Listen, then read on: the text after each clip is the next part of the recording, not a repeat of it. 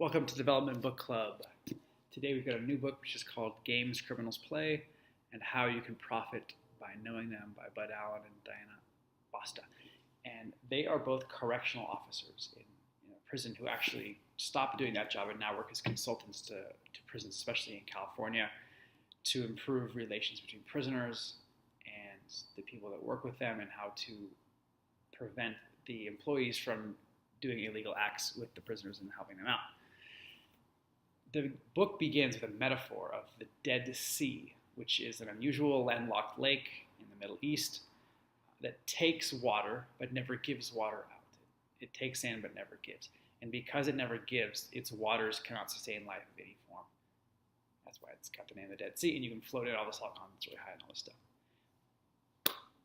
Moving into the book, men and women in confinement who are trapped at the taking level, so of the sea metaphor, they take but they don't give. They usually continue their own style by preying on institutional employees when they come into prison, usually inevitably, right? So this idea is that takers have to gratify their senses in this urge for taking, and the methods that they create to receive this gratification and to feel good, this is called the setup, which will be a big term in this book that we'll come back to several times. In the preface of the book, we talk about that people heading for prison, they bring their own survival trait of manipulation, however they've come to get what it is that they think they need. They bring it with them and adapt it to the prison environment. Much has been written about manipulation in general, like psychologically. This book addresses its specific application in prisons for the processes that happen. And in this text, the authors have also isolated each step that prisoners take, and the detail is amazing. We're going to get into all that in subsequent videos. Each step that inmates used, convicted felons used to coerce prison staff into breaking the law. A quick note to the reader they have at the beginning is that when the prisoners are in holding during their trial, it's in a short-term placement. So there's no attempt by the staff that work there to rehabilitate at all. There's none made. There's frequently highly charged negative relations in these environments. And so that means that when the prisoner, if they are convicted, if they become a prisoner and go to prison, they enter preconditioned to animosity, hatred, and disdain for prison authority especially. And friendly interactions are shamed and discouraged from both sides, actually. So if the prisoners are friendly with the guards, that are called snitches, and snitches get stitches, right? And if the prison guards do the same thing, or friendly, the prisoners are called docs, like prisoner lovers by their peers, and so there's this animosity that is encouraged by both sides. The idea here, prisoners will seek to extend an inch into a mile. If their holders will only just give them that first inch, they'll try to pull it to as much as they can get.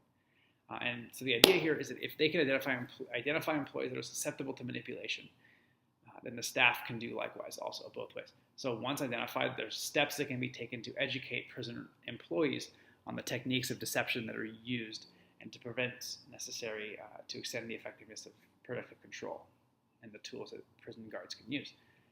So the prisoners who manipulate for self-satisfaction or personal gain usually do not find the end result inwardly rewarding, even though that they will openly verbalize that it is.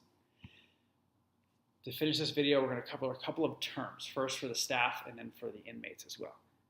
So terms for the staff are like naivete or being naive, literally meaning having or displaying a simple or trusting nature, simple being key there.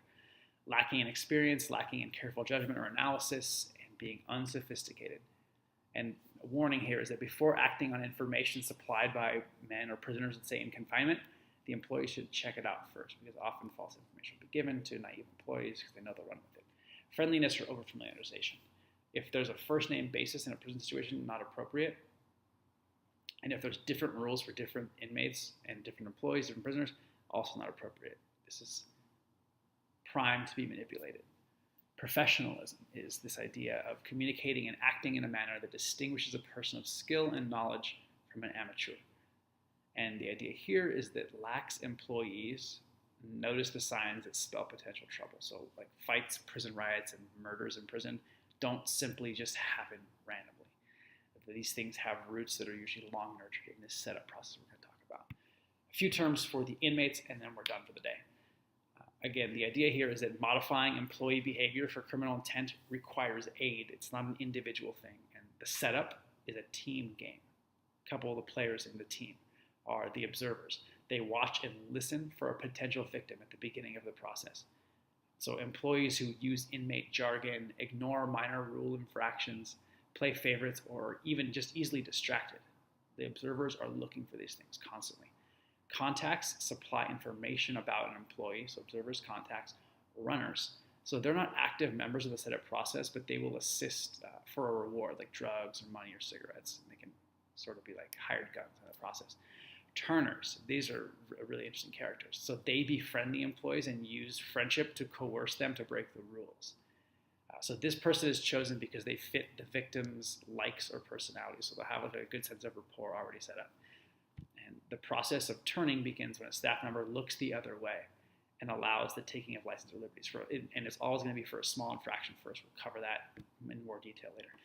There's also, so observers, contacts, runners, turners, and then pointmen. So these guys stand guard when an employee is granting illegal favors or breaks. They can give a warning, like dropping a book or something, if someone else is approaching. And then the idea of trouble spots are areas, physical areas of a job assignment where staff members can be turned into mules for getting drugs or contraband into prison. That is the very beginning of games criminals play. A couple of terms. Next time we will continue with the first steps of the actual setup, the actual steps, the process of how manipulation happens.